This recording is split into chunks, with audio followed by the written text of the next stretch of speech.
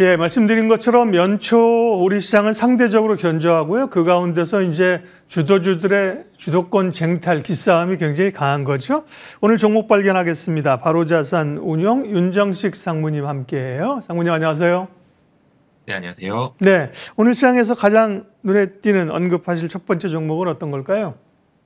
네, 첫 번째는 뭐 오늘 반도체 얘기를 안 드릴 수가 없죠. 그래서 삼성전자와 SK 하이닉스 얘기를 좀 같이 드리도록 하겠습니다.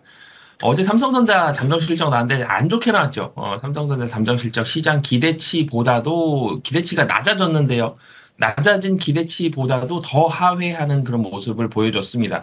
그런데 좀 특이했던 부분이 실적 안 좋았는데요. 기대치보다 더 안 좋았는데 주가는 또 상승을 했죠. 그런 부분들을 좀 같이 살펴봐야 되는데 시장 기대치보다 더 하회했고요. 그리고 파운드리 적자가 2조 원 이상으로 지금 예상이 되죠. 뭐 그렇기 때문에 파운드리 여전히 굉장히 많은 돈을 잡아먹고 있는 그런 부분이고 이 메모리도 생각보다 더 안 되고 있는 이런 부분은 아닌가라고 생각을 할 수가 있는데 수치상으로는 그렇습니다만 주가의 반응은 밸류에이션 역사적 하단이고 이제 결국 결론적으로는 또 엔비디아 결론적으로 언젠간 가지 않겠느냐 이런 부분들에 대한 매수가 들어왔습니다.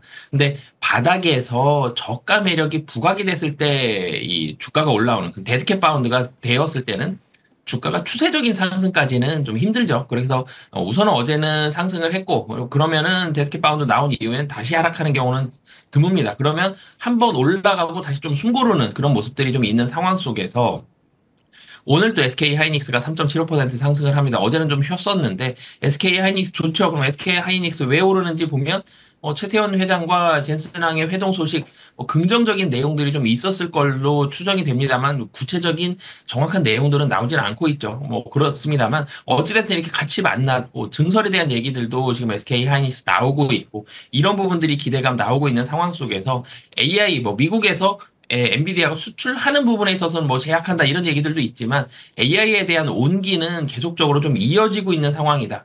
그러니까 지금 삼성전자와 SK 하이닉스 봤을 때 주가가 조정이 나오지 않는 이유는 AI에 대한 온기가 이어지는 상황이거든요. 그래서 뭐 브로드컴도 있었고요. 뭐 TSMC도 있었고요. 뭐 이런 부분들이 AI에 대한 긍정적인 상황들이 여전히 이어지고 있다라는 점. 그렇기 때문에 반도체가 조정 나오기보다는 외국인들의 수급이 좀 긍정적인 상황으로 이어지고 있는 이유다라고 보시면 되겠습니다.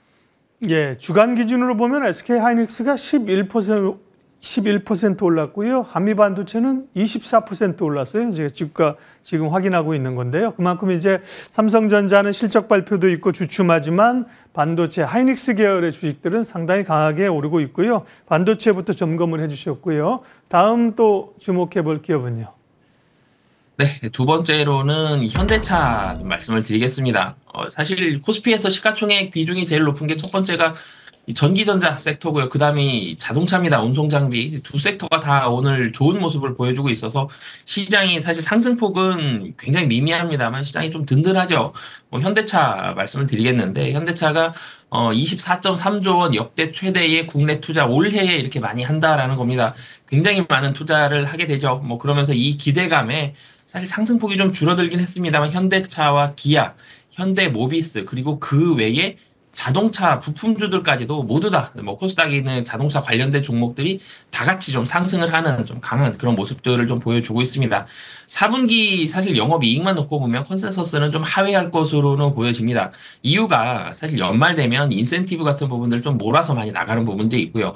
이 집행 못했었던 부분들 12월에 좀 몰아서 내보내는 부분이 있고 12월에 그리고 영업이익단에 있어서 환율 효과를 가장 많이 좀 봤어야 되는데 조금 아쉬웠던 부분이 판매는 10월과 11월에 좀 더 많이 이루어졌죠. 10월, 11월도 물론 뭐 1,400원 정도의 환율을 기록을 했습니다만 12월에 좀 더 많이 이루어졌으면 좋은데 12월은 판매에 대한 부분들을 좀 밀어내기는 10월, 11월에 좀 더 많이 하고 12월엔 여러 가지 나가는 돈들이 좀 더 많이 나갔는데 이때 이제 환율이 좀 더 높았던 상황이다라는 점. 그러면서 컨센서스는 소폭 하회할 것으로 보여집니다.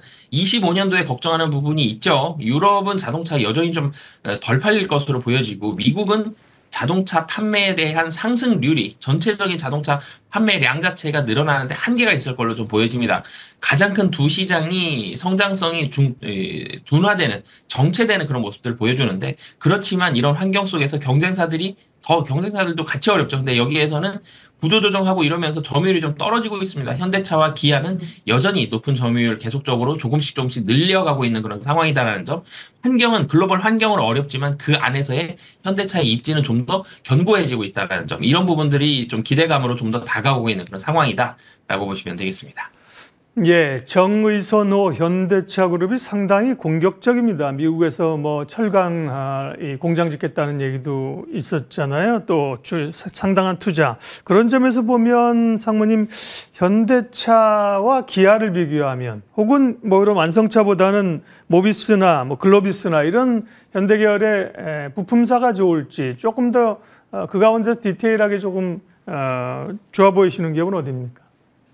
우선 저는 개인적으로는 우선 완성차가 먼저 치고 나가는 그런 모습들이 항상 좀 경험상 보면 좀 나왔거든요. 그래서 이 수익률 면에 있어서는 부품주들이 조금 더 다이나믹하게 움직입니다만 앞에서 먼저 치고 나가면서 방향성을 잡아주는 게 완성차이기 때문에 현대차와 기아 이 완성차 쪽에 좀 더 높은 점수를 주고 싶고요. 그리고 사실 개별 종목에 있어서 현대차와 기아 봤을 때 뭐 비슷하게 움직입니다만 상승률 면에 있어서는 기아가 좀 더 앞설 수 있다라는 점. 그래서 현대차가 좀 더 앞서서 움직이고 있습니다만 보폭은 기아가 좀 더 넓을 수 있다는 점. 그래서 개별 종목으로 봤을 때는 개인적으로는 좀 기아를 좀 좋게 보고 있습니다. 네, 자동차까지 오늘 시장의 특징주들 점검해 봤습니다. 바로자산운용 윤정식 사무님 함께 했어요. 고맙습니다. 네, 감사합니다.